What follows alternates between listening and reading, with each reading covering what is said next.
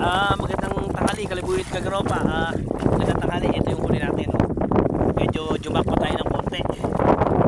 Sali na. Diba? Oh. Pero siguro yan. Ang huli na Kagaropa. Kilo siguro. Isa 600, isang kilo.